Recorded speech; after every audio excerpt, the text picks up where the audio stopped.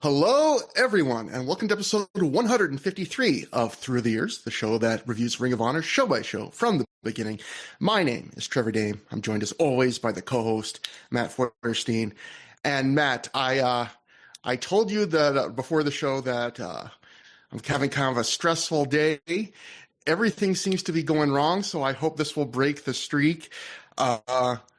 Actually, I'll just I'll say this for the show because it's a dumb anecdote. But I didn't really give you a good answer before the show. You were saying, "Well, what's stressing you out?" And I was like, "Oh, relatives and it's coming over and stuff like that." And you were like, "Well, is that a bad thing?" And I'm like, "No." But so, all right, here's an example of how I'm stressed, folks. This is a window into my world, and trust me, this episode needs padding. I am embarrassed that I've lived in the city I've lived in for over half my life, and I do so little that I don't feel like anyone has, like, one of the things I get stressed when people ask me anything about the city is like, oh, what to do, where to eat, where to go. It's like, I am embarrassed. I know so little. So that's a source of stress. And I'll give one example. For some reason I thought of this, and then we'll go on with the show. Matt, to show you how much of a problem this can be for me. When I was a teenager, someone that was like a tourist showed up, was at a 7-Eleven, and they just decided for some reason to ask me, like, hey, I need to go somewhere. Do you know where this is? And it was a place I should have known where to go, like a very obvious place in the city. And I was so embarrassed that I didn't know, like, street signs or anything, that I proceeded to make up a story of directions. I don't know if I sent him in the right direction or the wrong direction. And to this day, I feel bad about that. I just made up fake directions instead of just telling them I don't know. I could have just said I was a tourist if I wanted to lie. I don't know why I did that. But anyway, that's the kind of energy I'm going to bring to tonight's episode. You could have started a stand where you gave mediocre directions to people as a teenager. Yeah, this is probably worse than mediocre, but yeah. So, yeah. Well, just to tie it to me in some form or fashion.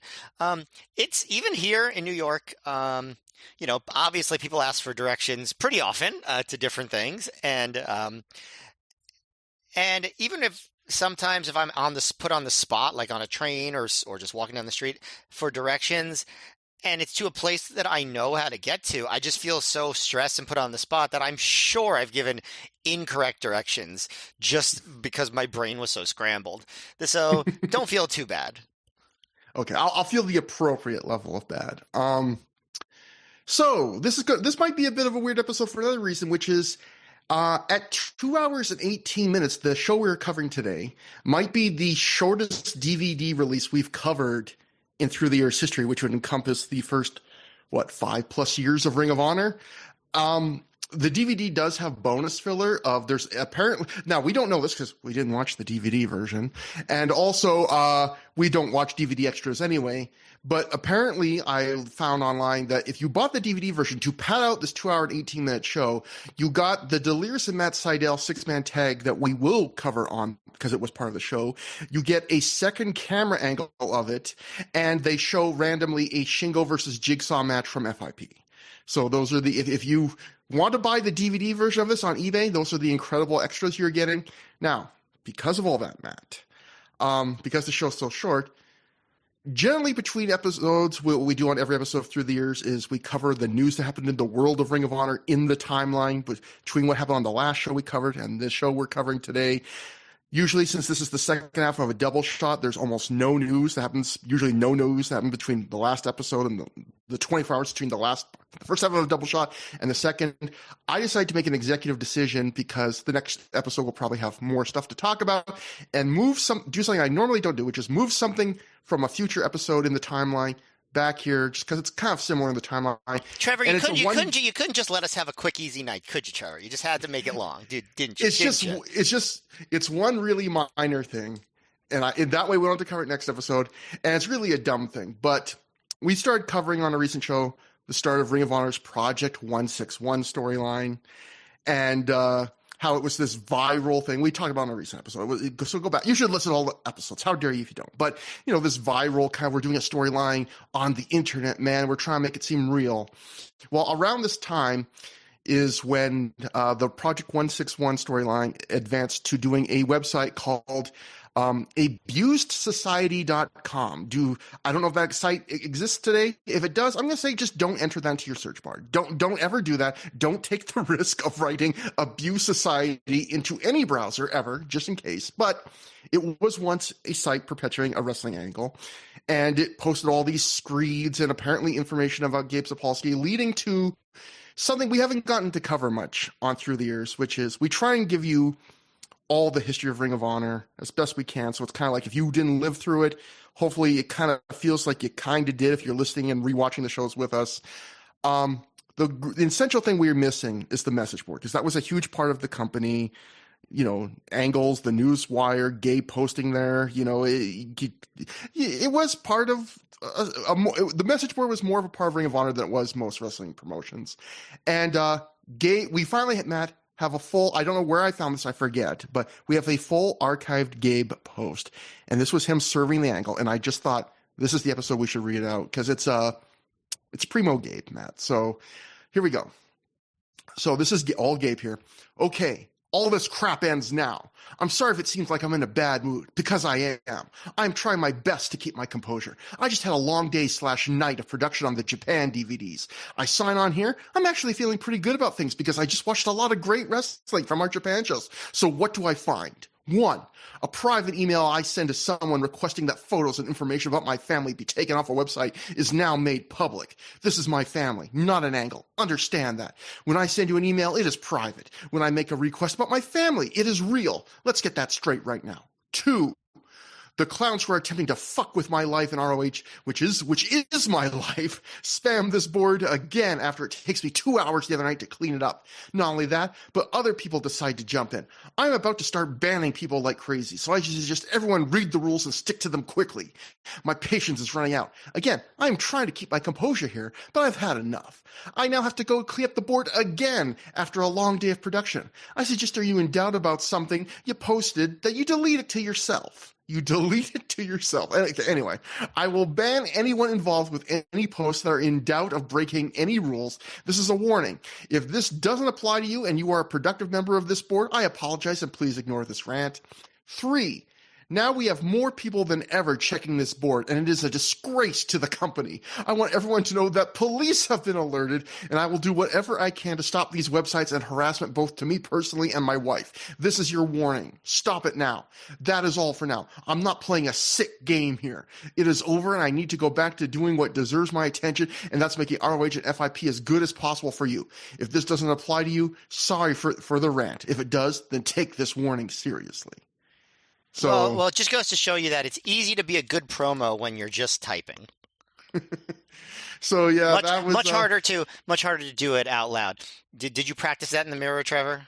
No. That was that Gabe sure did like his work shoot stuff. That was, if you're looking at a flaw at the early, I mean, we picked out certain things, but overall we're pretty big fans of the product Gabe has made in the first 5 years and had lots of praise for him. But one of his biggest flaws, I would say, is every year or two, Gabe couldn't help but get into the work shoot stuff. He loved, this is real. That was Homicide-esque, because Homicide loved to do the work shoot promo where he's like, this is a shoot, this is not a work. And you know something is shoot when someone says that over and over again. Yeah, exactly.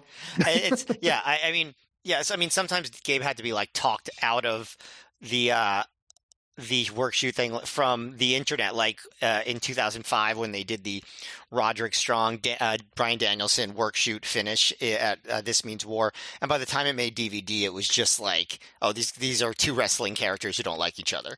Like they, and I feel like when Age of the Fall finally happens, the work shooty stuff is mostly gone also. Yeah.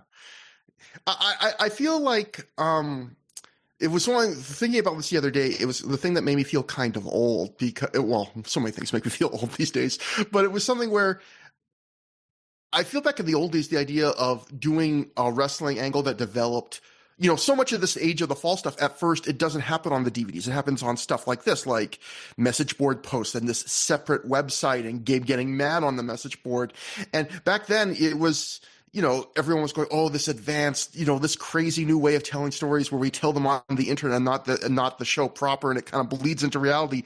Where I feel like nowadays in the world of wrestling and MMA, that's just the standard thing. Like, we're not very far removed as we record this episode of Eddie Kingston announcing his return match to AEW by accepting a challenge on Instagram. And like so often, like things that happen, wrestlers talking shit to each other on Twitter, that's all commonplace, where this was still kind of like a wow, you're doing something on the internet. Yeah, but I have to say, at the time there were plenty of people that were skeptical of that approach, and I think there are plenty of people now that are still skeptical of that approach. Like, other than like, I mean, the indiest of indies, they have really no choice. But for a promotion that has any kind of other way of getting over storylines, I'm still not completely sold, even almost 20 years later, that's the optimal way of doing it. No, I agree. And there is an argument that a wrestling TV show should be self-contained and have everything you need on the TV show. And if, a wrestler's making his big return, accepting a challenge on his private his public Instagram, but his personal Instagram, that's the word I was looking for. Yeah.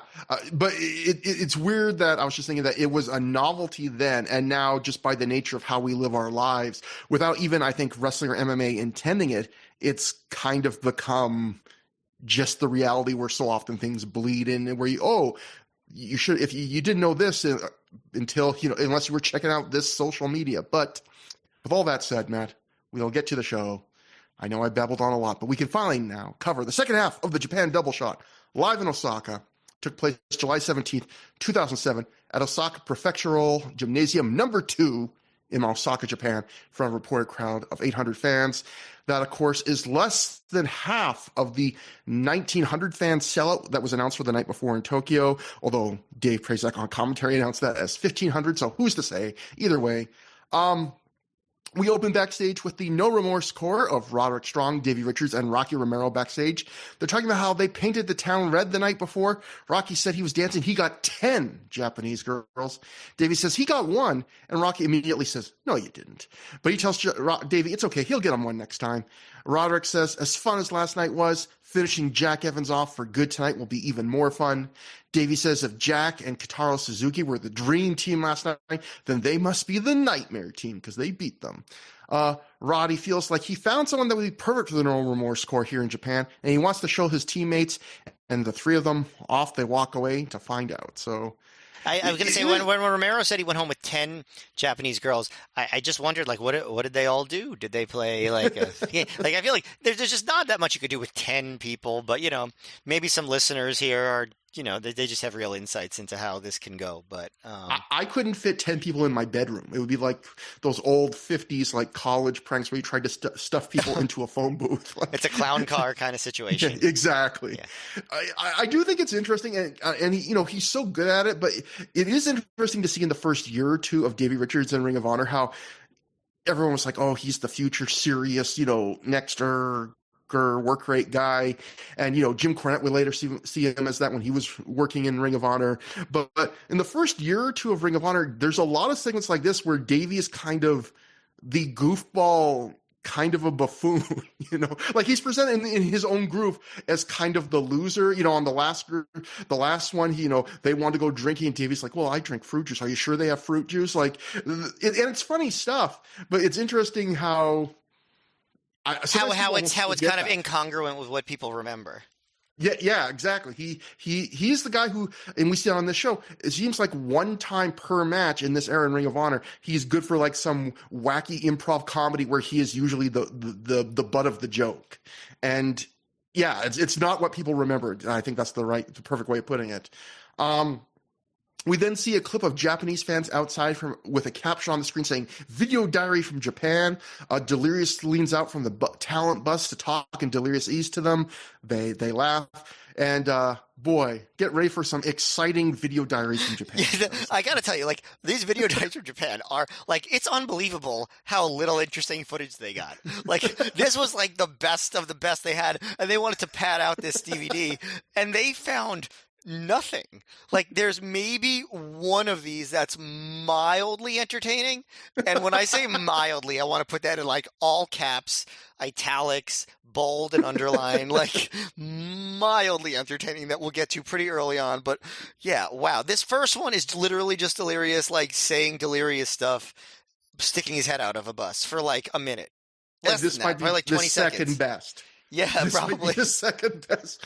Like, if they left stuff on the cutting room floor, I have to assume it was just footage of like Jack Evans holding the camera upside down while he went to the bathroom, and just there was a shot of the floor. Like Yeah. that's all that they didn't put in. Yeah, Though. yeah. I We'll mean, get to it. literally, like that. Maybe they didn't put in someone putting on their shoes. Like, I don't know. Like, it's just. So, we then go to the ring where Bobby Cruz welcomes Osaka to Ring of Honor in Japan. Jimmy Rave is introduced and he comes out with Genki Horiguchi. Jimmy gets a single toilet paper thrown at him as he poses in the ring. Then Bryan Danielson makes his entrance, but just as they're about to have their scheduled match, Shima's theme music hits and out he comes. He gets in the ring, he shakes the hand of a very confused looking Bryan Danielson before he starts to cut a promo in Japanese. Dave Prazak on commentary says that Shima's promo is just him welcoming the Ring of Honor to Japan, to Dragon Gate, but his promo gets cut off almost immediately when the No Remorse Corps attacks him. Bryan tries to defend him, but he gets taken out until Naomichi Marufuji runs in to make the save and turn the tide. The No Remorse Corps bail to the floor. Bryan grabs the mic. He says, Shima is the best wrestler in Dragon Gate. Marufuji is the best wrestler in Pro Wrestling Noah, and he's the best wrestler in Ring of Honor. He thinks tonight they should team up together and fight the No Remorse Corps. The three shake hands as we have our rebooked main event, as Bryan says they're going to beat the No Remorse Corps' ass. The trio leave, and Rave grabs the mic saying that he didn't come all the way to Japan not to fight. So anyone in the back who wants to fight, bring it on. Out come the Briscoe brothers. Jay grabs the mic and asks, what's up, Japan? Jay says the dumbass airlines lost their title belts, but they don't need no belts to prove they're champions. They'll defend them twice tonight. Genki Horiguchi jumps in the ring, and we have an impromptu tag team title match. So yeah, to explain the booking change here, Marufuji was originally not booked on this card. It was supposed to be Kenta being the Noah representative on this card, and originally it was in fact supposed to be Bryan Danielson versus Jimmy Rave and Kenta and Shima versus Davey Richards and Rocky Romero, and the card gets shuffled around here. Matt, here's the big question I have for you before we get into the opening match. Do you think the Briscoes really lost their ROH tag team titles on the plane, or did they just not want to carry them to Japan? I mean, honestly, Because that's what I would have done. Either is plausible. I didn't question that they lost it because that stuff does happen, but it's funny because just a year earlier, didn't they have that same thing happen with Aries and Strong, and they were like, oh, someone stole our belts, and so they didn't. They reappeared when they went to England, right? Something like that. I don't remember, but yeah. So but I was gonna say what I like about this is like, and Danielson showed it, is the way they did promos on this show was just so like, we are just going to state factual things and in somewhat broken English, just to make everything clear and to the point for the Japanese audience, like instead of like cutting like regular promos. And I actually enjoyed that. But the only people on the show that didn't really follow that, besides I guess Delirious, who did Delirious stuff, were the Briscoes. The Briscoes just talk like they normally talk. But Danielson was just like, I'm best wrestler in Japan. He best wrestler in Dragon Gate, and just like, we should team, like, just very, very to the point. But the Briscoes were just like, the dumbass airlines lost our title belts. yeah. So I enjoyed the simplicity, and I enjoyed that the Briscoes didn't bother abiding by it. Yeah, the only thing I will say is that we do get one slightly humorous little bit, I think, of audience miscommunication later in the show, which I will get to. But that brings us to our opening match of what turns out to only be a 6-match card, and that's with the Briscoes pulling double duty. This is the ROH World Tag Team title match. The Briscoes of Jay and Mark successfully defend the titles when they defeat the Muscle Outlaws of Genki Horiguchi and Jimmy Raven. Yes, in fact, Jimmy Rave was a member of the Muscle Outlaws at this point in time because he did a little bit of work for Dragon Gate. And the Briscoes won in 9 minutes, 22 seconds when Jay pinned Rave after a spiked Jay Driller. Matt, what did you think about this as an opener? So on the last show, we talked about how the crowd was, a little bit quiet in the early matches, but by the end of the show, like certain matches were really getting them going. This was a quiet crowd. This crowd was tough, and obviously there's a cultural difference, but as we saw on the previous show, you could have matches that got real heat, and this show, I mean, it was rough going, and it hurt pretty much every single match, at least to me, in terms of how it came across. This match was like Briscoes 1.0 sort of. They obviously Horiguchi and Rave are good and they team together, but they weren't really showing themselves to be much more than a kind of a jobber tag team here. It's not that they didn't get any offense, and they did have like a close to 10-minute match. Um, but really a lot of it was the Briscoes hitting a lot of their big moves and pretty much, and just then eventually just getting the Spike J Driller and getting the win. There was there was one spot where Mark yelled "powerbomb" before attempting a powerbomb on Rave.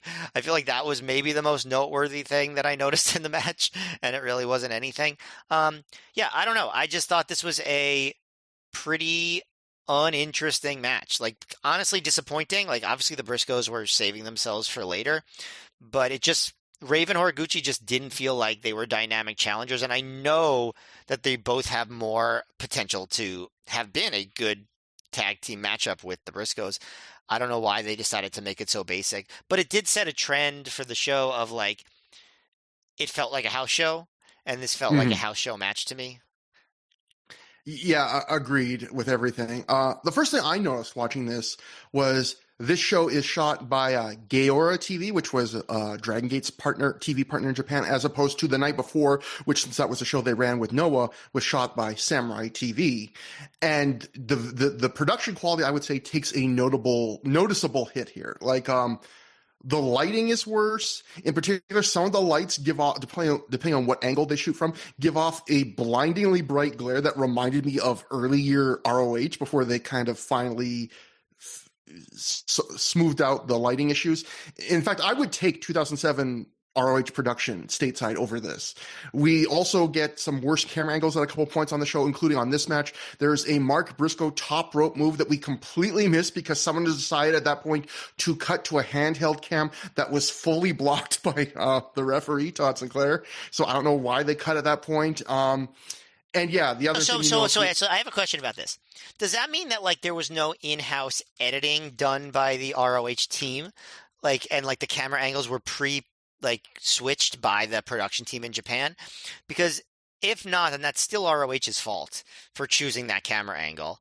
You know what I mean? I would guess that it was the Japanese promotions cutting it all. I would guess, or even doing maybe live switching at the time, as opposed to the post-production editing the camera angles together like ROH does. But yeah, I'm not sure of that. The other thing I did notice was the crowd was like you said. I felt like this crowd was even quieter than the Noah crowd the night before was. Much quieter, because that crowd got hot at different moments. Yeah, I was going to say that crowd on the last show live in Tokyo, that crowd, which was probably a lot of Noah fans in Tokyo, they were pretty quiet for the first 45 minutes, but not this quiet. But then when big matches happened, they got up for them. Like when they really got into Go Shiozaki versus Danielson. They really got into the main event right from the get-go, and they were loud. And so I actually feel like these two shows, if you've never watched Japanese wrestling before, I wouldn't say these should be your introduction to Japanese wrestling, but they are a good introduction to. I feel like sometimes when people don't watch a lot of Japanese wrestling or haven't seen Japanese wrestling, they just hear, Japanese crowds react in a different way and they can be quiet. And I feel like they do react in a different way, and that can in some ways be true, but doesn't mean they don't give heat. And I feel like these two shows, if you watch them back to back, that's a good illustration of, you watch that the Noah, the Live in Tokyo ROH show, and the crowd is quiet when they're not super into a match, and they're pretty noisy when they are into a match. And then you watch a show like this, and so Japan, if you were just watching the show, and this was the only show you ever watched in Japan, you might just go, that's how Japanese crowds are. It's like, no, watch the other show and you'll see how they vary match to match, just like any other wrestling crowd. But yeah, they are dead. This is probably pretty sure again, there's some cultural things, and it's a weird situation for them because they're seeing a promotion they're not used to. But this is, I would say, the deadest, most quiet crowd we have ever had on Through the Years for this whole show. I have to rewatch War of the Wires. I remember that one having a shockingly quiet crowd, but probably compared to this, it's not. But I'd be curious to rewatch that. But yes, you're right. It's very high on the list of quietest crowds. Yeah, I mean, they get a bit of a pass because I imagine watching the show, I got the impression that they were kind of into guys like Jack Evans who were regulars in Dragon Gate at this point. But any ROH guy, I got the Noah show the night before, the Live in Tokyo co-promoted show with Noah. That was, you got the feeling it was a lot of Noah fans, but also there was a contingent of fans in that building that seemed to definitely be hardcore Japanese ROH fans that watched the shows, because they were doing all the insider, you're going to get your fucking head kicked in. They were doing chants, they were doing ROH chants. And this crowd, you get almost none of that. And the most over guys on the show, when there's any reaction at all, is generally the Dragon Gate guys or Marufuji. So I feel like there was a difference between the two shows. The Osaka crowd, it was much more, it felt like we came here because it's Dragon Gate, because it's wrestling, and we don't really have much emotional investment in these guys. Where the Noah show, it felt like it was a higher percentage of fans that were like, hey, I am excited to see ROH. We're going to be good ROH fans. And so yeah, like you said, I didn't find this match to be anything special either. I can't get mad at the Briscoes for that. They knew they were pulling double duty on this night, and even still, I felt like you said, they still gave you a nearly 10-minute match. They broke out a fair number of their signature moves, but Rave, I felt like, didn't add much to this match and had what I felt like was kind of a flat performance. Genki Horiguchi tried, but this whole match felt like what it was, which was an impromptu 9-minute match to fill out an already thin card. If they didn't have this match, this would have been a 5-match show.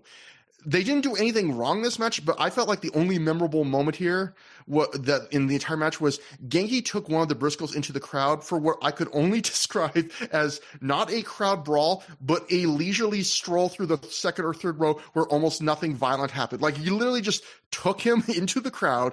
Like, they walked down one row of the crowd. There might have been like one punch or something thrown, and then they get back in the ring. It was he threw Jay onto chairs, but one time. Yeah, it felt like it's just a stroll. And even the finish, they got to the finish in a way that felt very abrupt and anticlimactic. Just, it was a real, well, let's take this home, bang, finisher sense. I think the Briscoes still worked hard enough to make this like a strong average for me, but for the Briscoes, just average is pretty bad because they usually bottom out at least good. And this match as a whole to me felt like a meal you make for yourself when you're hungry, but you have no energy. You know you could do better, but it's technically food. It'll get the job done, and you just need to do it to move on. And that's kind of what this match felt like. And speaking of food, Matt, that brings us to our second video diary from Japan. We see the view of one of the cities in Japan from a moving train, and then we cut to Jack Evans in a fast food restaurant with Nigel McGuinness. This is the mildly entertaining part. Jack puts over the mega teriyaki burger huge. He calls it one of the greatest things you can see in Japan, which I'm sorry, that's like one of the most ugly American things ever, to have an American guy go, I've been in Japan a lot working with Dragon Gate. You know what's the best thing in Japan? An Americanized fast food hamburger. McDonald's, but like with Japanese signifiers. Yeah, exactly. Yeah. Then, on top of that, if you want to really date the show, Jack then says that just like Lost is the greatest TV show ever, this is the greatest hamburger ever. Jack says, to quote a guy whose house he used to live in, Bret the Hitman Hart, the mega teriyaki burger is the best there is, was, and ever will be. So hop on a plane and get one, because it'll be gone in 2 days, which I just have to say, if you watched this DVD and then hopped on a plane and hoped it would be there, if he's really correct about the timeline, you wouldn't be finding a mega teriyaki burger, because I imagine this DVD came out weeks, if not months, after he filmed this. So, Matt, to me, the highlight of all of this, other than Jack Evans being Jack Evans, was Nigel McGuinness was in the background the whole time, and he looked so legitimately unhappy, and not in a pro wrestling way, but in a real, I'm tired. Why is there a camera here filming something? I just want to have a burger in fucking peace. Wait, like it just added to the bizarre nature of all of these video diaries. Why are you filming me at fucking McDonald's? It was pretty crazy, and like I said, mildly entertaining. By far the most entertaining part of any of these video diaries was them standing in a McDonald's with Jack Evans saying that he liked one of the items on the menu, and also a television program. That's the highlight. It's the highlight of the video diaries. And that brings us to our second match on the show. Nigel McGuinness defeated BJ Whitmer via pinfall in 9 minutes, 14 seconds after he hit a jawbreaker lariat. I always hate revealing a match I didn't like when I know one of the wrestlers involved was working hurt. We learned last episode that Nigel was apparently knocked out very briefly during his match with Morishima. Both of us didn't even notice any spot like that watching the match, so I don't know where it happened. But either way, I feel like if you get knocked out even for a second during a match, you shouldn't be wrestling the next night. So to me, that means Nigel gets a free pass. It's not like, oh, how dare Nigel like slack off or not work well on a show, because look, this is a match you shouldn't have been working at all. At the same time, I am here to talk about the matches as they actually happened for, whatever use that is. So I'm going to give my honest opinions on the match. This is your second straight 9-minute match that felt like guys that were just getting by. By regular ROH standards, I felt like these guys didn't do much. There were some chops here, a signature move there, and like the previous match, the finish feels abrupt in that it didn't feel like some climactic moment to a match that was peaking. It just felt like one guy looking at his watch going, well, our time's up. Let's wrap this up. The most interesting thing about this match to me was how Nigel approached it from a character standpoint, because it's almost like for one night, I don't know why, he decided to turn the clock back 2 years and go back to mid-card heel Nigel, but even a little more goofy than that. Like, he's playing to the crowd a lot. He's speaking a little bit of Japanese. He's cheap-shotting Whitmer on a handshake. He's gouging Whitmer's eyes. And when he's selling, he's doing it in this more broad, like ass-showing way. Like at one point, he goes, I thought we were friends. Like when he's selling. He's also multiple times this match saying, da-da-da, in this musical way before he does a move, and which gets some like mild laughter from the crowd. It's weird and goofy. I don't know why for this one night, he didn't do it the night before. He decided in Osaka that he was going to go kind of mid-card comedy heel when he's normally like at this point in his career, a serious main event babyface. But it does engage the crowd a little bit more than the first match. So I guess on a night like this, anything that gets the crowd reacting is good. In fact, I'll say this, like the opening minute of this match is incredibly simple. It's just a exchange where Whitmer keeps finding ways to put Nigel in a wrist lock, and that gets more of a reaction than anything in the far more actiony Briscoes style opener. So I'm thinking this crowd, they would have loved the Punk and Joe headlock matches because they seem to like that for some reason. They appreciated simple, basic counter wrestling. And the only other thing I have to say about this match is at one point also Nigel takes the gum out of his mouth and he makes a point to walk over to a ring post and stick the gum there. And Lenny Leonard on commentary says, he's saving it for later. And I'm like, I have no idea why Nigel did that. If he really was, did he retrieve the gum? I don't know. Overall, I would call this match disappointingly average, and we're 2 for 2 on this Japanese double shot of shows that got off to really oddly flat starts. Yeah, I mean, I have to say, like, I liked it more than the first match because I just enjoyed Nigel having fun. Like, it was still, like, I think the reason why he decided to regress was he was like, hey, I'm a main eventer, but now they're sticking me back in the second match, so I'm going to be second match Nigel. You know what I mean? And yeah. So they did the mat stuff, beyond just the like him changing characters a little bit. He did sort of that European mat wrestling stuff early on and the counters and stuff like that. So, I mean, I do think that was the most entertaining part of the match, more than when they broke out the lariats and the divorce courts and the mule kicks and all that stuff and the trading strikes. The early part of the match was more entertaining. But yeah, they were definitely working a second match on the card at a house show. And they knew it, and so the intensity was very non-existent. The story was very simple. BJ wasn't really showing his frustration to the degree he is in most of his matches. They were just chilling out, and then but they. I'm not going to say that they didn't really work. I mean, they hit each other hard. They did some big moves late, but it was just not a very intense match. Nothing to sink your teeth into. Yeah. Definitely. I get why they decided to give BJ a new gimmick because he really needed one. And I think Nigel was just taking a break. He wasn't in great shape, so he was taking a little bit of a break. And honestly, that's fine. If they made him wrestle, that's fine.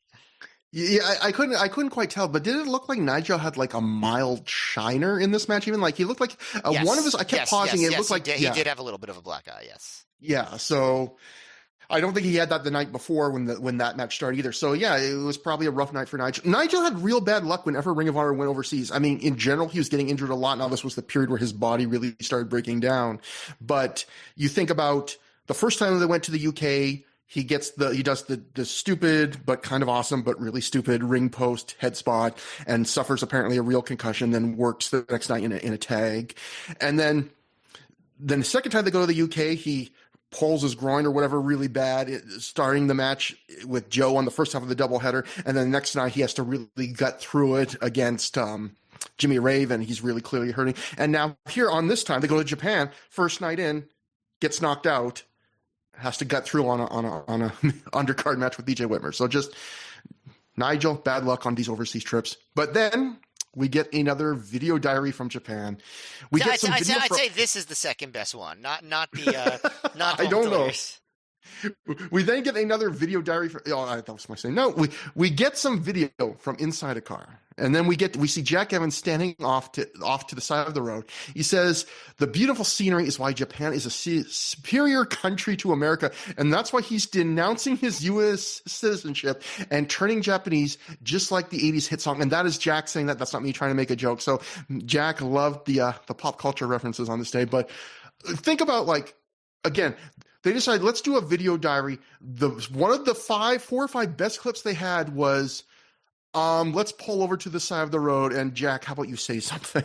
That was Jack Evans talking makes it better than the other ones, I guess. Yeah, and it reminds me of the whole idea of doing a video tour diary, especially when these guys, the Ring of Honor as a whole was only in the country for 2 days. It reminds me a lot of times of, you'll hear bands or traveling entertainers say, people say, oh, it must be great, you get to see the world and stuff. But if you're on a band that's got a really aggressive road schedule and a lot of those people in those bands will tell you, we don't get to see anything. We're basically getting to the city maybe a few hours before the show. We're tired. We have to sound check up, maybe grab something to eat. And we don't get to go to the museums and stuff. And I imagine the same thing with a video diary. Maybe if Ring of Honor was in Japan for 2 weeks, maybe there'd be all sorts of interesting things. But you were literally seeing probably all the things they had time to do, which is, here's video of us on our tour bus. Here's video of us on a train. Here's video on a bus on us on a car. And here's video of Mark Briscoe in the locker room, which we'll get to in a minute. And here's video of us at a fast food restaurant trying to get a quick bite to eat. There probably was nothing else they had time to do. It's just and think about this. This is a 2 hours and 18-minute DVD with this padding. So I know. We then go back to the ring where Bobby Cruz introduces Japan's #1 mega teriyaki burger fan, Jack Evans. He gets a good reaction. So again, going to my theory that the people that actually did work, Jack being the guy that has worked quite a bit in Dragon Gate at this point, this is a crowd that is a Dragon Gate crowd, not really an ROH crowd. Jack grabs the mic. A bunch of fans shout Jack before he even starts talking. Jack says Roderick is trying to sneak out of his match with him tonight and get in that main event 6-man tag. And Matt, this is where I felt like there was a bit of miscommunication, because some of the fans a few fans actually started clapping when he said that. And then Jack goes, no. I think some fans were just I don't really understand what he's saying, but there's a pause in the promo. I'm going to be polite. And Jack's like, no, that's not a good thing. So Jack tells Roddy to be a man, fight him right now. And how about we make this no DQ and no countout? Roddy comes out wearing an FIP t-shirt, and he comes out with Masaki Mochizuki and introduces him as an honorary member of the No Remorse Corps. Jack acts heartbroken by this. He's like, oh my God. He really oversells this is a tremendous betrayal. Roddy says he's going to give Jack exactly what he wants. He's going to take himself out of the main event 6-man, put Mochizuki in his spot, and come to the ring right now and kick Jack Evans' ass. And that brings us to the no disqualification match. Keep that in mind as we talk about this match. Jack Evans defeats Roderick Strong via pinfall in 14 minutes, 47 seconds after he hit a 630 splash. Matt, what'd you think about this whole thing? Okay. So first of all, no disqualification, no count out, right? ROH already has no countouts. Exactly. Want to make that a point. So they brawl on the floor. And actually, the first spot to the floor is pretty cool, because it's basically Jack Evans leaping clear over the top rope to drop kick Strong on the floor. I thought that was a very cool, probably one of the coolest spots in the match, honestly. But and then they brawl on the floor. Obviously, they brawled on the floor in the previous match that didn't have a rule about no disqualification. Evans does he does like a moonsault off a wall after he gets whipped into it. He gets chucked on the floor. Jack is taking some Jack Evans bumps here. And the crowd is completely quiet for all of it. And after that point, is there anything that would suggest this was anything other than a normal match? I'm trying to look through my notes to see if there was anything, and I don't think there was. Was there Roddy anything? kicks Jack in the balls once, and other than that, there's nothing. There's no chairs, there's no tables, there's nothing. Yeah, there was. I mean, I just cannot for the life of me understand what the purpose was in making this stipulation. But that said, I mean, the crowd is pretty quiet, but these two do have good chemistry. They do cool stuff with each other. It's like Strong does a cool backbreaker where he basically bends Jack across his back and then drops him face first on the mat. He gets Evans on his shoulder with a Bruno style backbreaker.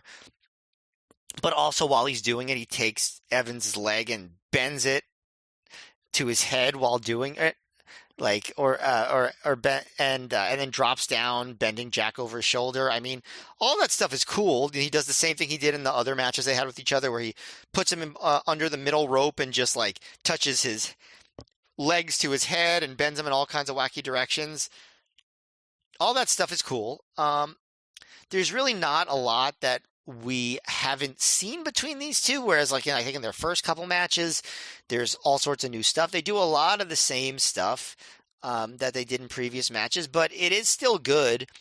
There's the crowd actually pops late in the match when Evans goes for a reverse Rana, but Strong holds onto the top rope to block it, and then he hot shots Evans over the top, then hits the double knees to the stomach, and gets a 2 count off of that. The crowd gets pretty into when Evans struggles to make the ropes when he's in the Boston Crab.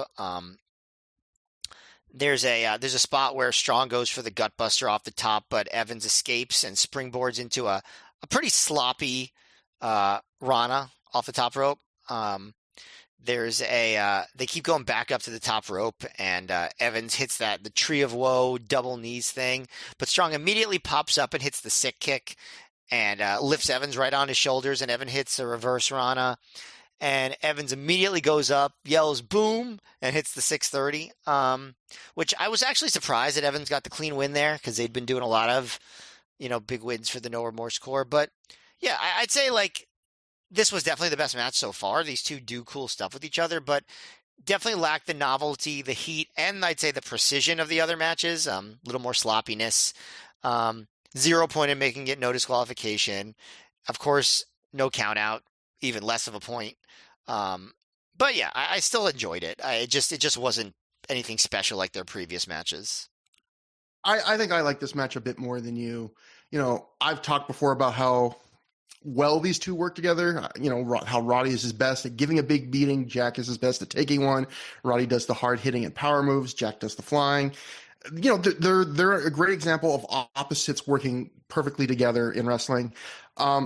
This is the third match they had in Ring of Honor so far on the rewatch. And to me, I felt like this was bell to bell fun, but there was, some nits to pick. First off, like you mentioned, the crowd. I was hoping that because they were in a little bit into Jack because they knew him so well from the Dragon Gate tours, that when they saw him and they react to him a little bit in his promo, I felt great. This is going to be like the last show. This is going to be like Live in Tokyo, where the first two matches, the first 40 minutes of the show, the crowd's dead. But once they get into the bigger stuff, they're going to start getting into it. And no, this crowd, like you were saying, they're really quiet. And I feel like in the final third, they did start making some noise, but they had to do a lot just to get this crowd to bite on the hook like a little bit for this match in the final third. And so that was disappointing.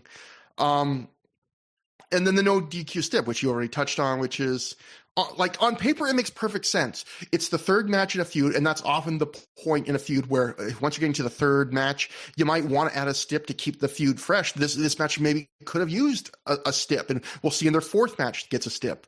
But apart from very early on, where they briefly fought into that crowd, like you talked about, where Jack does the run up the wall into the moonsault, and they're not in the crowd very long. And like you mentioned, Ring of Honor, unless it's an FIP title match or back when they had the pure title match, Ring of Honor by a rule had no count out. So they did nothing apart from Roddy kicking Jack in the balls that you could, like, it is bizarre that they did right before the match, impromptu, let's make this no DQ. And they did zero weapons, zero anything like that. You could have done this match basically move for move almost in a regular ROH rules match. But for me, the good news was, if this feels like any regular Jack or Roddy match, I feel like any regular Jack or Roddy match is awesome. There's not a minute in this match where that to me wasn't fun, where someone wasn't doing something cool for you. Roddy stretches Jack into knots like usual, but I felt like this time he was doing a couple of his submissions were more almost lucha inspired, where he was not just stretching Jack, but elevating him completely off the mat and like hanging him off his shoulders and stuff at the same time. And he transitions them into slams. I really, he's done some of that before, but I like that. And on Jack, I'm a big Jack Evans fan. There are nights where he's on and hits everything, and there are nights where things don't quite go his way, and his stuff looks a little ugly. You point out a spot or two where it looked, like the Rana, where it did look perfect. I thought a lot of his stuff, though, was kind of the have and the haves. Not when the couple spots that weren't good, when it wasn't one of those spots, I felt like his stuff looked pretty sharp tonight. Like, apart from the 6:30 finish where Roddy was too close to the turnbuckle and Jack could really only barely touch him with his head, and like the Rana, I thought a lot of his stuff did look on point. Like some of his wackier kicks that he normally does that often look a little light to me, they looked decent here. And in a world where Bryan Danielson was doing this spot semi-regularly, and Nigel was starting to do it too, Jack does what I would call one of the better springboard dives from the top rope into the front two rows of the crowd that we've seen on through the years. He jumps with such a momentum here and does a forward flip that mid-move I was thinking, oh shit, he's going to overshoot Roddy. Like, this is not going to look good. He's going to have to catch him. And he hits him dead on, and it looks great. He came with such speed, and yet he hit him perfectly. It was just real good control there. And I also thought this match had a good structure where the start and the finish were back and forth 50-50, but the middle was more of a one-sided beatdown of Jack. So I felt like you kind of got the best of both worlds, where Jack got to be the underdog for a spell, but not for long enough to make him look like he wasn't Roddy's equal. So you got all the fun of seeing Jack get beat up, but you also got the fun of some of those faster-paced your move, my move, back and forth exchanges as well at the start, at the end. So yeah, I would say of the three ROH Jack and Roddy matches that we've seen so far, this was not my favorite. That was still clearly, I think that's easily the All-Star Extravaganza 3 match. But I would say their second match, at Good Times, Great Memories, I put that match on the border of very good to great. And I think that's where I'd put this match too. I think I like the work in this match better than that match, but the atmosphere of this match is so much worse. And the weirdness of the no DQ stip that you're expecting to see no DQ stuff, and none of it happens. So it's hard for me to kind of, but even though I agree with you that we have seen a bunch of what they did here before, I'm just a sucker for this match. Jack even does like a rotate rebound lariat where Nigel does that rebound lariat now, where you try, which the one you think looks better than the regular rebound lariat, where when he's on the floor, someone tries to throw him back in the ring, and then he spins, drops back off the apron, hits the lariat. Jack did like a rotate rebound kick on the apron, which I thought was an interesting take. But yeah, I enjoyed this match. But again, it's got even this match on the show has weirdness within it. But after the match, Roddy gets a cold spray sprayed on him, and Jack jumps into the crowd to slap hands with a fan, including one that was holding up a Vintage Generation X t-shirt. So there was at least one hardcore ROH fan there, because I can't imagine they were selling that. That was like the 2004 logo original 4 era shirt. So I can't imagine they were selling that at the show. Matt, have you ever had that cold spray? Because those Japanese wrestlers always use that cold spray. I always think, man, I bet that stuff feels good. I want some of that stuff. I have I want some not. cold spray. I Um, wish I could tell. I wish I can give you a first-hand review, but I cannot. So we then get another video diary from Japan, and Matt, this might be my favorite one because it is the worst one. Yeah, well, yes. It could be your favorite, but it is not the best. Does that make So sense? this one is of Brian Danielson, Davey Richards, and Nigel trying to figure out what to order at presumably what is a different restaurant. Davey, if you listen really closely, you can overhear Davey's asking Brian what time he should be ready to get to the shuttle to the airport the next day. Davey thinks 8 a.m. would be a good time. Brian's like, I think actually even 7 would be better. And I just wrote my notes in all caps, scintillating out of character stuff. That is the entire segment, is them trying to figure out what to order from a kiosk. And you know, out of character, because you know he's a heel faction that's wrestling Brian tonight. Davey like, what time should I wake up for the shuttle to the airport? And Brian being like, I think it should be an hour earlier than you think. Yeah, That's the whole thing. But also, when you say they're trying to figure out what to order, like they're not talking about it. They're looking at a kiosk. Like no one's like verbalizing that. You're just like they're looking at a kiosk and talking about when they're going to get to the airport, and that's it. And there's like I think Nigel's again standing in the background, like looking like he wants to die. Yeah, that's literally the whole thing. Like in a way, this is a great video diary because I think this really sells how mundane, boring life on the road is. Because this is what it seems like. But although I'm sure that at some point during this trip, these guys had an enjoyable conversation with each other, but none of it appears on any of these videos. So that brings us to our next match. Typhoon, the Dragon Gate stable, with the members here being Dragon Kid, Matt Sydal, and Ryo Saito, defeated Delirious and the Muscle Outlaws of Masato Yoshino and Naruki Doi in 21 minutes, 1 second when Sydal pinned Delirious with the Sydal press. This was the match on the card that seemed like it was ROH's attempt to try and evoke the classic Dragon Gate six-mans they had for ROH in the US. In fact, commentary even references those matches at the start of this match.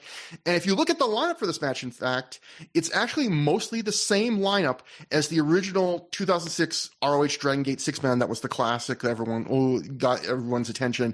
This is the same lineup, except if you swap out Genki Horiguchi for Matt Sydal on the one team and Delirious subbing in for Shima on the other team, it's the exact same matchup. And I would say quality-wise, this is of a similar feel to those Dragon Gate six-mans we saw in Ring of Honor stateside, but I would say this is the B-plus version of them. Not the B version, but the B-plus version. You get the ice cream sundae here.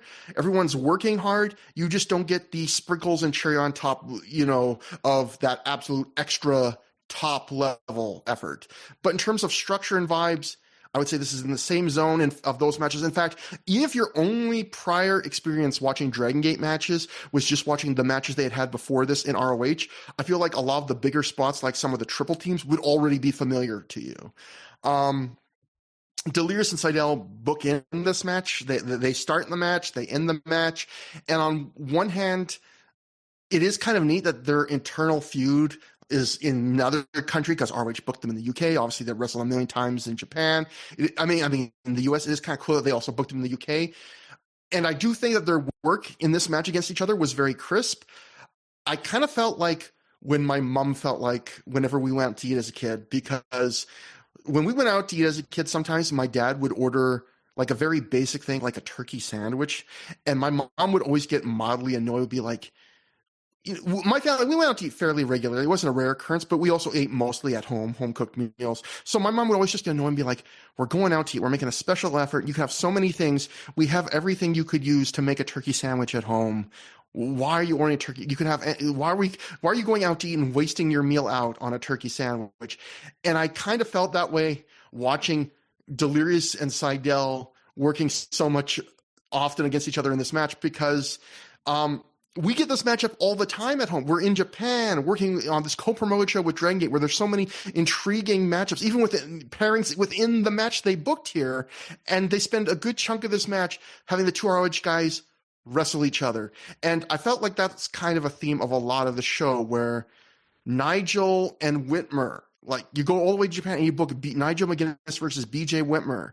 The original match for the show was Bryan Danielson versus Jimmy Rave. You go all the way to Japan and you book that.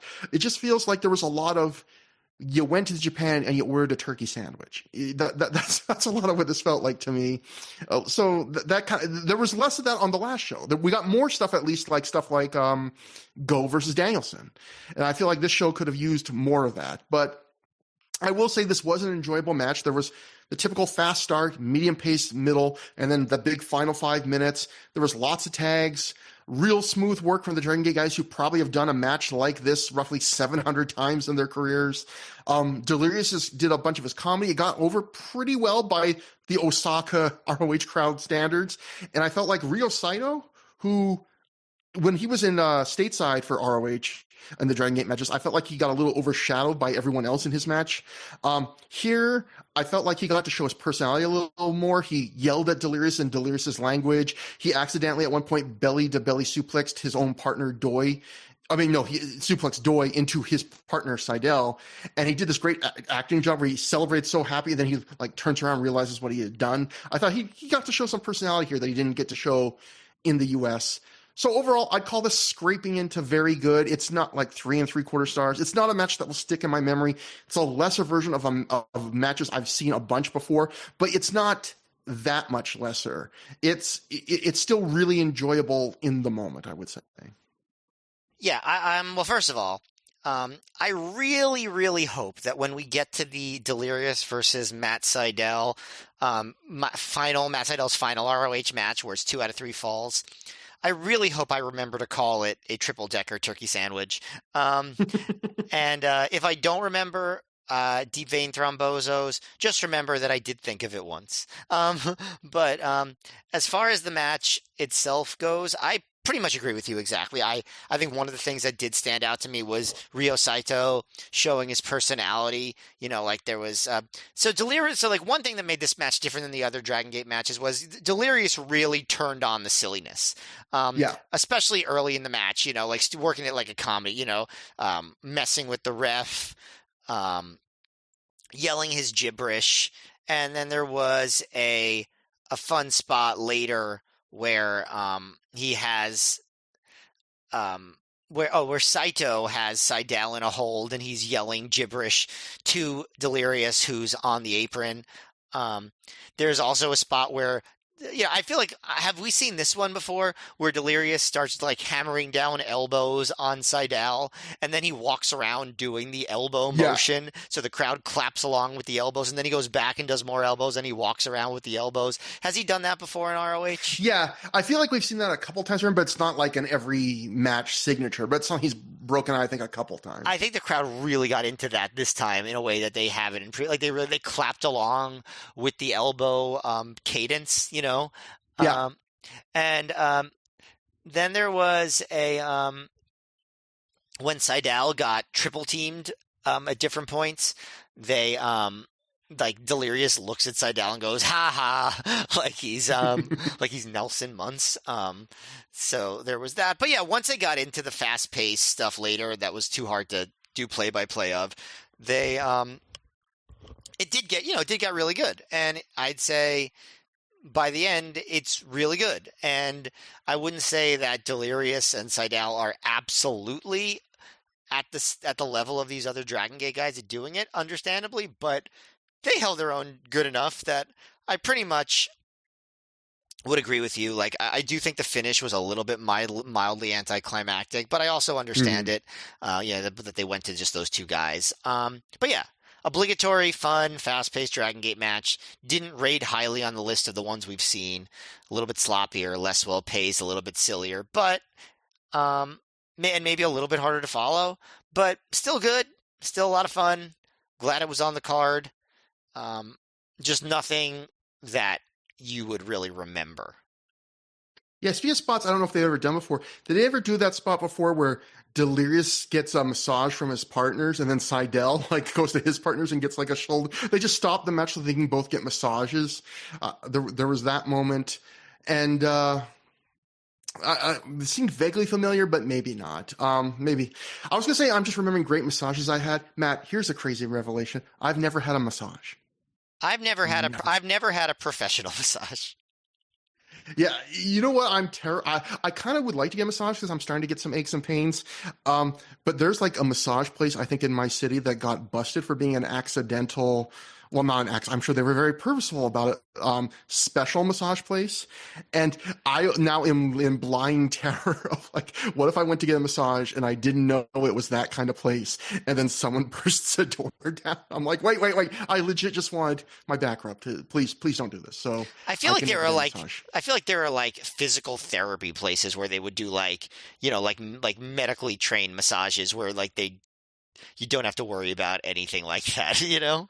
I feel like there's like places in my city where people are just like running it out of their houses, which is also another thing I would not feel comfortable with. Like there's, I think in my neighborhood, a like woman has in her front lawn, it's just sign like, I do acupuncture. I'm like, I don't know if I want to just go to a neighbor and say, stick needles in me. I will. One thing I want to point out, there is one move I didn't mention, which was there's this buckle bomb Doi does to Dragon Kid that just looks brutal. And I was thinking, I think the buckle bomb is one of the moves in wrestling with the highest variation of outcomes because I have seen buckle, depending on how fast you throw the guy, from what distance you start running, and what angle they hit what turnbuckle. You know, I've seen buckle bombs that look incredibly safe. I've seen buckle bombs that look fairly dangerous, and I've seen buckle bombs where I'm like, why is that guy doesn't have a broken neck? Or, I mean, Sting famously got really screwed up to the point where he thought he might not be able to wrestle again off that buckle bomb with Seth Rollins. And I feel like a buckle bomb, more than a lot of moves, is a move where if you don't hit it perfectly, bad things can happen. You can really jar your neck, hit your head.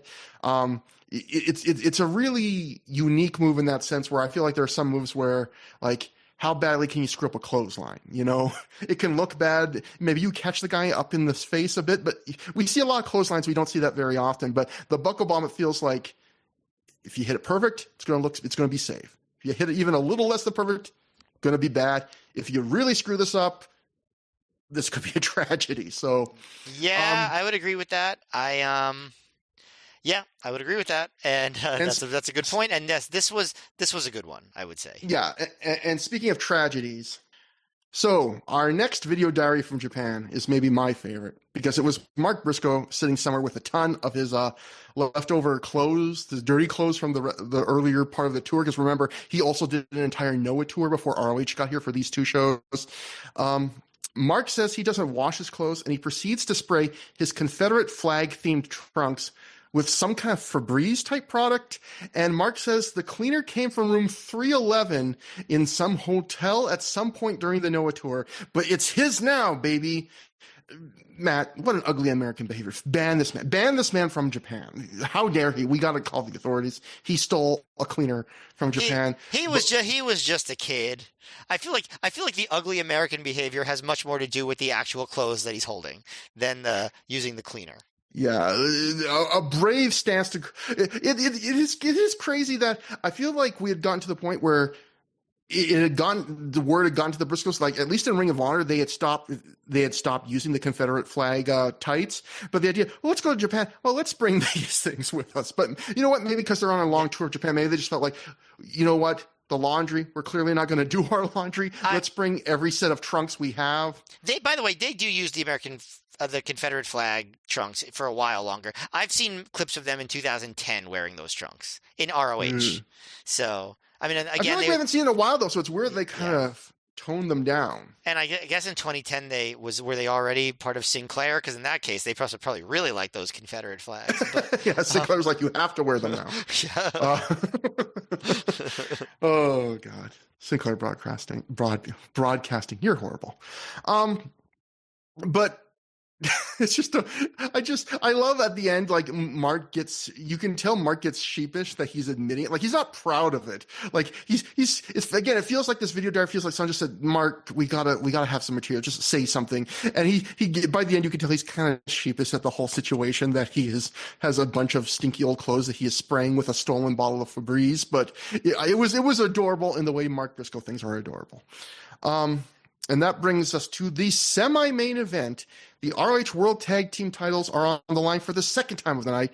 And for the second time of the night, the Briscoes successfully defend the titles when they defeat Shingo and Susumu Yokozuka with Dragon Kid and Ryo Saito in their corner in 17 minutes, 55 seconds when Mark pinned Yokozuka after a springboard doomsday device. This match was kind of a cursed match in the booking because we'll go to the Torch for a couple of different things. The Torch first reported that Yamato has been injured and will be replaced by BB Hulk on July 17th in Osaka, Japan. Yamato's match has been changed to ROH World Tag Team Champions, the Briscoes, defending against Shingo and BB Hulk. And then later they had to update again because the Torch would write weeks later, BB Hulk has suffered a broken jaw and is now off the Osaka, Japan event. Shingo will be given another partner to challenge the Briscoes for the ROH World Tag Team titles shortly. So this is Shingo on his third different partner for this proposed match. Matt, what do you think about this? Well, it when you see the Briscoes against Shingo and a partner, you think of the great match that they had. Not the one where Mark almost broke his head completely by doing a shooting star press onto it, but I guess he did break his head. But luckily, he didn't break his neck. But you think of the one that the Briscoes and Shingo and Naruki Doi had in England, and this was not that. This was not a memorably great match. Nor did it have as much heat as you would hope a match like this has. But it was still the Briscoes and Shingo, and Yokozuka is still really good, and it was still a really good match. It was certainly a lot better than the first match that the Briscoes had against each other. That the Briscoes had against Rave and Horiguchi, but still, I would say not much more than good. I think the heat really hurt it. The crowd really did barely react to anything in this match. But there were cool spots. I think Shingo was actually really working his ass off here. Usually, I'd say it's pretty hard to outwork the Briscoes, and I think Shingo gave them a run for their money in terms of just hard work. So I think he might have been, one of the big standouts here. There were no spots that I would be like, oh wow, what a particularly great spot that I'll never forget here. There was a lot of there's a really nice Beal that the Briscoes did to Yokozuka. There was a spot where the Briscoes work over Yokozuka and Jay goes up on top and Shingo climbs over to grab Jay's leg, and then Mark goes to stop him, so Shingo DDTs Mark on the apron. There's a spot where Yokozuka he goes to dive on both the Briscoes, but the Briscoes move to the side by the apron, and then suddenly Shingo flies out of nowhere from the apron with the charge onto both of the Briscoes that I thought was pretty cool. There was a cool drop down power bomb that Mark did to Yokozuka, and I always like those because they remind me of how Sid just did his power bomb differently every time he wrestled a jobber, and he just had no consistency, so the landing was always crazy. If you ever watch a Sid compilation, do you ever notice how the power bombs against the jobbers are always different in the way he executes them? That's what it reminded me of. They have some spots later on where Mark no sells Yokozuka clotheslines, and then Shingo hits a big lariat out of nowhere. I have to say, I can't remember ever seeing a Jay Driller get no reaction, but the one that Jay hits on Yokozuka really gets pretty much no reaction. They do a spot which is sort of repeated in the last match where Shingo accidentally lariats Yokozuka, which allows the Briscoes to throw him out of the ring and hit the springboard doomsday device for the win. 2 matches in a row, I would say, maybe 3 matches in a row where someone accidentally hits their partner. Nowadays, people would complain that was bad producing, but I think it's fine. Whatever. Yeah. But yeah, I'd say this match was enjoyable, even good, hard work, but no heat. To me, really hurt it a lot, and just nowhere near the standards that the Briscoes usually have for their big matches. Still good though. I think the natural match here would have, from an ROH perspective, would have been do Shingo and Doi versus the Briscoes for the third time because they'd Yeah. already wrestled twice this year. They were 1-1. The title had changed hand both times. The first match was great in the UK. The second match was noteworthy because, yeah, it was the match where Mark almost died. Unfortunately, I assume that the reason they didn't do the rubber match here was that in the time since that second match and this one, Shingo had joined New Hazard, which was a new emerging stable in Dragon Gate, and Doi was a muscle outlaw. So maybe, but the thing is, Susumu Yokozuka isn't a member of Shingo isn't a member of New Hazard either, I don't think. But I imagine maybe this was foisted on the booking in the last second because, again, what I talked about, they had Yamato was supposed to be here, then BB Hulk. So this was probably by force. Obviously, it was by force and not design. But if they could have just ignored the loyalties for one night, I think that would have added some juice to the show. The idea of we're going to do the rubber match here. But forgetting about that, forgetting about the match I would have wanted, when it comes to the match we got, I would say it's good, like 3.5-star good, where I said in that opening match with the Briscoes that it was average, but that's really disappointing from the Briscoes because their floor is kind of, to me, this is like what I would normally say their floor in this era of Ring of Honor is, which is like, gets into 3.5 where you're like, yeah, that's pretty good, which, that's great if that's your floor. And, I thought this was enjoyable, but disappointing for a semi-main event. I think a problem with most Briscoes matches of this era being so similar to each other in terms of style and pace is that you have a lot of matches to compare each new Briscoes match of this era to. And so if you've watched a lot of Briscoes matches like us, your mental Rolodex of prior Briscoes matches is just so full that you're like, I have seen a lot of this before. And if it's good, it kind of mutes it a little bit. But everyone works hard. I love whenever Shingo gets a chance to just do some clubbering, and we get one sequence in the corner where he gets to do some of that. So I was a fan of that. You mentioned that spot where Mark no-sells a bunch of Yokozuka's clotheslines only for Shingo to come in and take him down with just one. I like spots like that. I like that's a good way of showing how different wrestlers have different strengths. I like the idea that, Yokozuka, he's not the power guy that Shingo is. So Mark can just brush off clothesline after clothesline from him. But Shingo, in that one move, gets to show, hey, I'm a powerful guy. I'm a badass. You're not going to be able to no-sell even one of my clotheslines. And yeah, even though that miscommunication thing is overdone, I like how then it's almost a reference then it sets up the end where Shingo goes for another clothesline because he's had success with them and he accidentally hits Yokozuka. I liked Mark doing the goddamn top rope overhand karate chop to the head. But overall, this is a 2007 Briscoes tag. It's got the heavy focus on back and forth action. It's got lots of tags. It's just not quite, like you were saying, as exciting or as good as a bunch of other Briscoes tags. And I think one of the issues for me about what differentiates this one is, other than the lack of heat, is one of the hallmarks of those Briscoes matches is they're really good at those huge escalating final 5 minutes. But here, while there is some cool big stuff in the final 5 minutes, the flow felt a little off to me. Like the Briscoes tags at the end, they usually the moves are getting bigger and bigger. They're getting faster and faster. And here, it felt like there were moments of that final 5 minutes where rather than this constant escalation, you got these little mini stops and starts where it's like, oh, it's kind of settling down for a minute while they get ready for the next thing.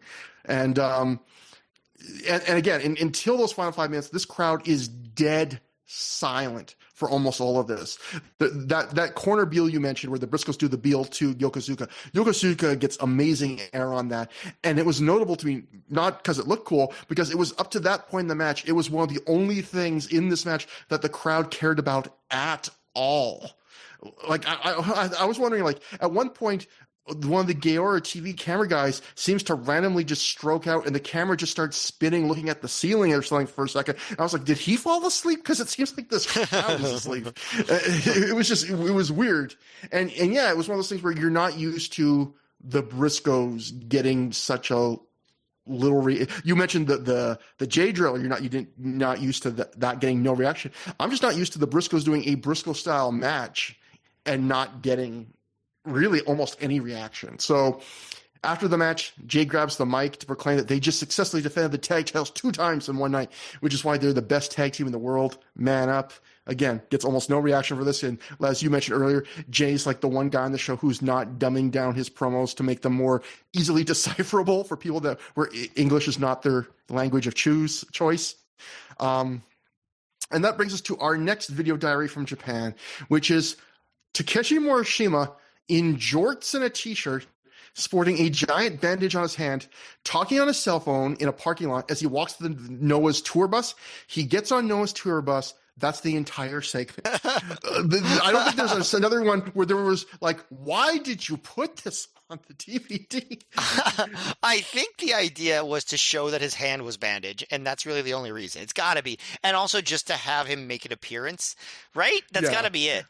I almost felt like it killed his aura a little bit because it was the first time we'd ever seen Morishima in street clothes, and the fact he's in jorts and like a stripy t-shirt, and he's just talking on the phone I wanted to believe Morishima's this fiercely angry, brutal force of nature the way they've been booking him, and he's just like a guy with a boo-boo on his hand that's like, yeah, I gotta catch this bus, buddy. Yeah. Have you seen Lost? I hear it's the greatest show on TV. But, anyway, before the main event, ring announcer Bobby Cruz gives this Osaka crowd the same basic arigato on behalf of Ring of Honor spiel he gave to the Tokyo crowd the night before.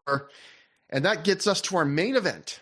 Bryan Danielson, CIMA, and Naomichi Marufuji defeat the No Remorse Corps of Davey Richards and Rocky Romero with honorary member Masaki Mochizuki in 25 minutes, 1 second, when CIMA pinned Romero after he hit the Schwein.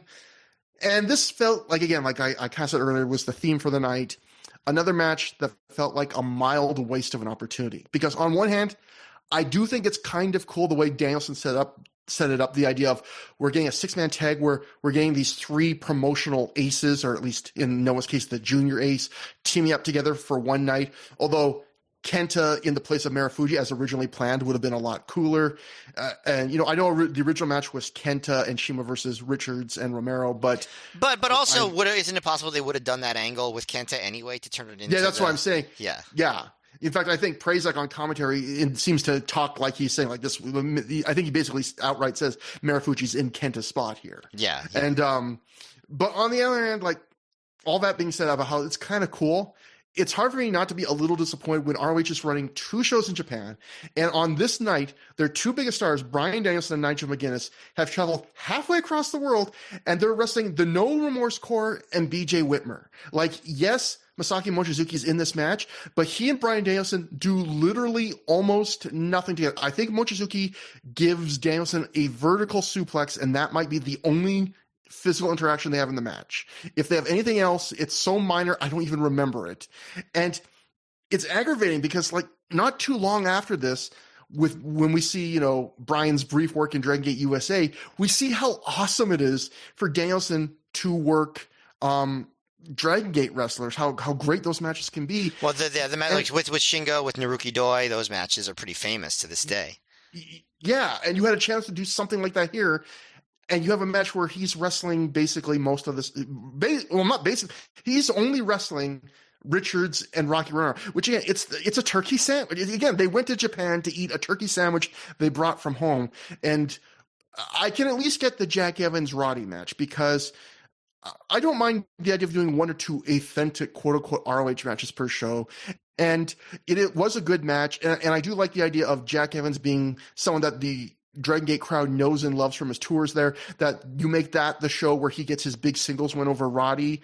He didn't get as much of a crowd reaction as I would have hoped in Victory, but I do on paper think that's not a bad idea at all. But why we're going to Japan, especially again, on the last show, I read that thing where they said the early word was ROH was hoping that these shows were going to be bigger than the UK shows. The best you can do for Nigel McGuinness in Osaka is BJ Whitmer, a singles match. The best you can do here is this kind of, I'm sorry. It is a failure, I think, a little bit of booking here, but maybe there were some things imposed on them. I don't know, but I'll say the crowd reactions to this match were pretty interesting because CIMA was the most over guy of the night, as you might expect of a Dragon Gate audience. He's the Dragon Gate's biggest star. The crowd, I would say, liked Marufuji too, and they really loved the few times Shima and Marufuji worked together in this match. They were really into that idea of those cross promotional partnership there. Danielson, though, was like an incredibly distant third in reactions on his team. He got a couple mild pops, most notably for a surfboard, but I felt like this was a far cry from the night before, where the Noah fans cheered for Nigel over Morishima, basically from the start of that match.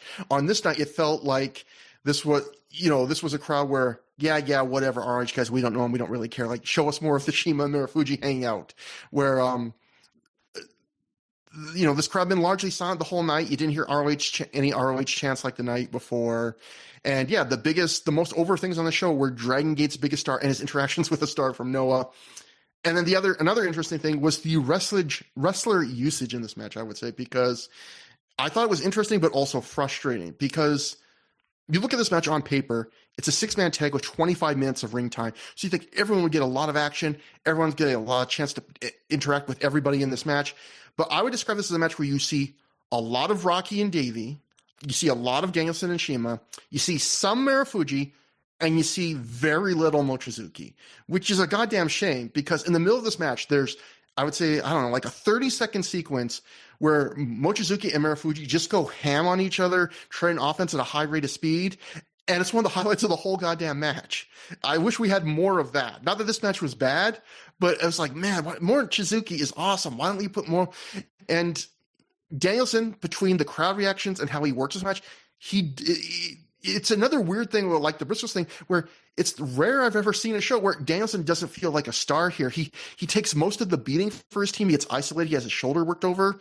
And again, he's by far the least over member of his team. And in hindsight, being the guy on your team to be the one to take the extended beating, to get sympathy when you're the least over member of your team, probably it would have been better if Marufuji or Shima took the beating. But it really did feel like on this night, it was Shima and Marufuji's world, and Brian was like the very talented designated driver. But I'd call this match, missed opportunities aside, it's a low, very good from a pure work perspective. There's just too much talent in this match, and what everyone chooses to do here, they do it well. Shima sometimes, I feel like in some of his matches, can play, especially when he's overseas, can play to the crowd almost too much in a way that's a little bit overdone, but his charisma is undeniable. And on a show like this, they really did need someone to do exactly what Shima does, which is keep trying over and over again to engage the crowd and interact with them and get them into it as much as they could be. So I think he was really appreciated here from me.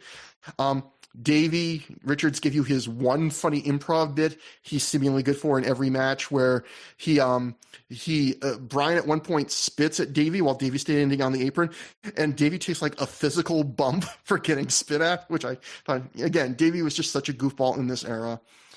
In the end, it's 6 talented guys. They're working fairly hard. I'm not saying they're given their A+ level, again, maybe B+ level. It's a standardly paced, structured 6-man. I would say a match that is enjoyable, but doesn't offer a lot of surprises. Everyone pairs off to start. Danielson gets worked over in the middle, flurry of stuff at the end. This match kind of sums up the whole show to me. It's not bad. In fact, it's actively pretty enjoyable, but it just feels like you feel missed potential as you watch it. So you're really aware of the things you could have seen on this show.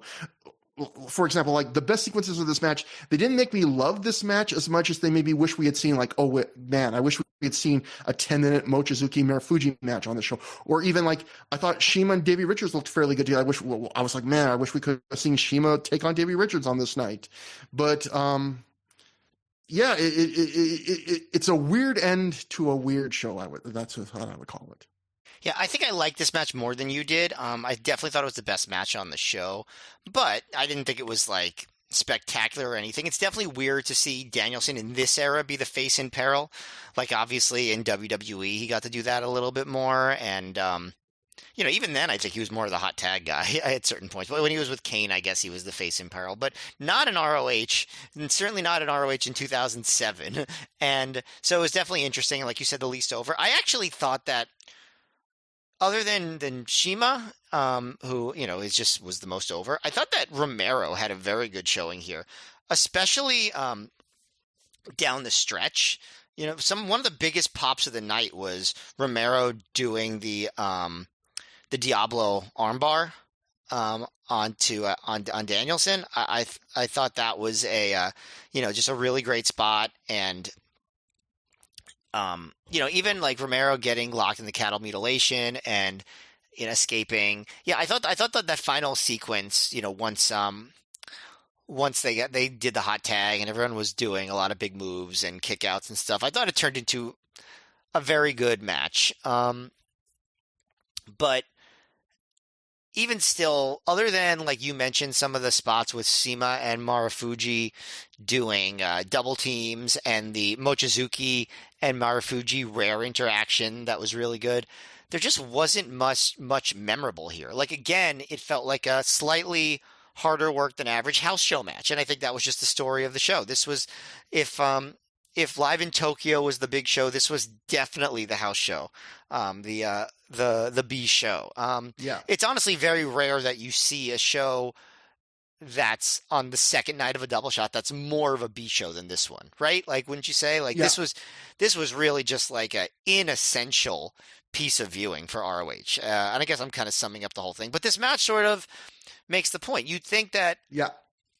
if they were going to do a dream team with Shima and Danielson and Marufuji, or even Kenta if he had been there, like they would have been like, okay, we're going to have a really great team to face them. That's going to like give them a top match. And I'm not saying that the No Remorse Corps aren't great wrestlers, because they were, in my opinion, but they didn't have the stature and they didn't work the kind of match where you would, that,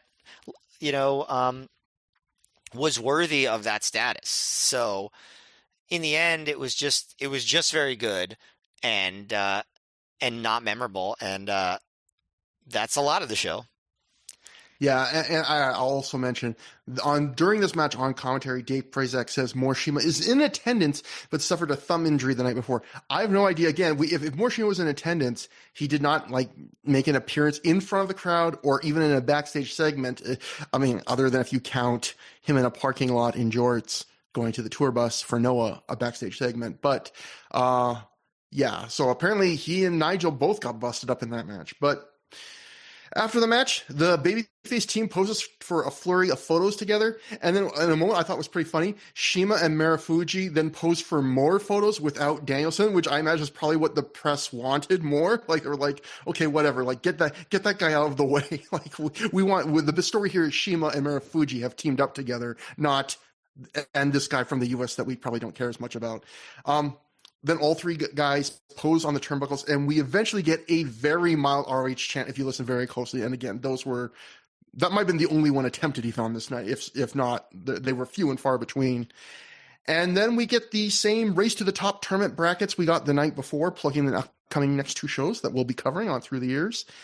And Matt, wow, even with me telling a really boring, banal ROH video diary in Japan level story at the top of the show from my life, and even with me reading a Gabe Sapolsky message board post, we are at an hour. We're like at an hour 30, and it is already time for the Mat of Trophies. So, Trevor, Matt, you tried your best to find interesting things to say on an episode about this show, but even we could not make a particularly entertaining episode of Through the Years. Hopefully you just enjoy our company so much that you still had a good time, but I'm sorry for the lack of interesting content on this show. I'm sorry. Normally, it's 3 weeks wait between episodes, but it's worth it. We'll get you next time. I'm sorry. We work. This is what we work. We work with what we're given. I mean, exactly. Matt, who possibly could win the Mat of Trophy on this episode? Yeah. Oh my goodness, was it tough? I feel like, so I'm gonna make a caveat that Shima was probably the best wrestler on this show all around, in terms of just getting the crowd going, his work. But it was close, and I'm gonna say for his work in the ring, in the car, in the McDonald's, I gotta give it to Jack Evans. He said things that I found funny. He did moves that I found cool. He established a stipulation that I found unnecessary. So with all that said, you know what, Jack? Fine. You got it. Yeah, congratulations to Matt, Jack, and I hope he's enjoying a mega teriyaki burger. I hope he gets the chance one day. Because where else are you ever going to, other than that specific fast food chain, are you going to be able to take a burger and put teriyaki sauce on it? But so that's the show, man. I feel like we've already this is a show where we've already kind of given a lot of our thoughts on the show, but it's it's not a bad show in the sense of everything's at least average. There was some real flat, but it was still average stuff. And there was 3 matches on the show I thought were very good that weren't quite 4-star great, but were very good. But there's nothing on the show where you're watching and feel like there's nothing on this show that doesn't feel like there could be a better version of it somewhere else. Like everything here, you're not feeling like you're getting the best version of anything. And on these, again, I want to stress on these 2 shows that were hyped up as they're going to be such big shows and such big deals. And reading again, go back and listen to that thing I read off on the last episode, that excerpt from the Observer when they announced the shows in Japan and China, where they're like they can book anyone they want from Japan except New Japan talent. They're going to make these shows big, and insert the old what you ordered, what you got from Temu meme here. And this was still, again, I feel that's almost making it seem like it's a worse show than it was. But between that, the incredibly oddly flat, this crowd was not here to watch Ring of Honor crowd reactions, the incredibly short length of the show, the way the matchups they chose to book, it is not one of the worst shows we've ever seen, but I would say it's one of the flattest shows we've ever seen, if that is a distinction that makes sense. One of the least memorable, least essential shows we've ever seen. Yes, certainly not bad as it goes. I think, again, the in-ring quality of Ring of Honor in 2007 was probably baseline the highest it ever was. You know what I mean? In terms of just up and down the card quality. You really don't get that many duds. Or even just super dull undercard matches, and you didn't really get too many here either, but it was just just so inessential. So yeah, that's how I would describe the show. So inessential, but not bad. Yeah, because I was just thinking, could you imagine if after either of the WrestleMania weekends, the last 2 Ring of Honor had with the Dragon Gate involvement, if they had announced that night, and Ring of Honor is going to Japan, and you announce the 12 Ring of Honor guys that are going to Japan, and they're going to work with all the stars of Dragon Gate. How excited! I bet you some fans on the energy of those nights might have bought tickets to go to Japan. Yep. And could you imagine if this is what you got? The possibilities in your head. And then this is the level of show and the energy that you get. It's just such a missed opportunity. But they probably should have done just a Dragon Gate match without any Ring of Honor guys, a Dragon Gate 6-man, and just let him go loose. Because at least that would have given some extra oomph, and maybe the crowd would have been more into it too. Yeah. So again, it's a more disappointing show than a bad show, but that brings us to plugs. So ThROH The Years at gmail.com. Remember to spell it THROH, just the way it reads in the title of this file that you're playing. At Trevor Dame on Twitter. At Mayor MGF on Twitter. We're also on Blue Sky under similar names. You'll be able to find them, I'm sure. You're smart people. And that brings us to our next show, which I think will have to be more eventful than this one. Like I said, we will get you on the next one. That is Race to the Top Tournament. Night 1 is ROH trying to do a 2-night 16-man single elimination tournament. There is a lot of really good regular Ring of Honor talent booked for there. Christine and Generic will be back. Quackenbush will be back. Aries makes his return to the ring after a short sabbatical from Ring of Honor, whatever you want to call it. And I don't think it's the second. I think it's the first night that has the Briscoes versus Danielson and Nigel. Yes, so that's an intriguing tag match on paper. So yeah, we will get you on the next one, but we are nothing and not thorough. We cover every one of the shows. This was one of them. We'll see you next time. We love you guys. Or if that's too much for you, we enjoy your company at least. So until next time, have a good time. Have a great time.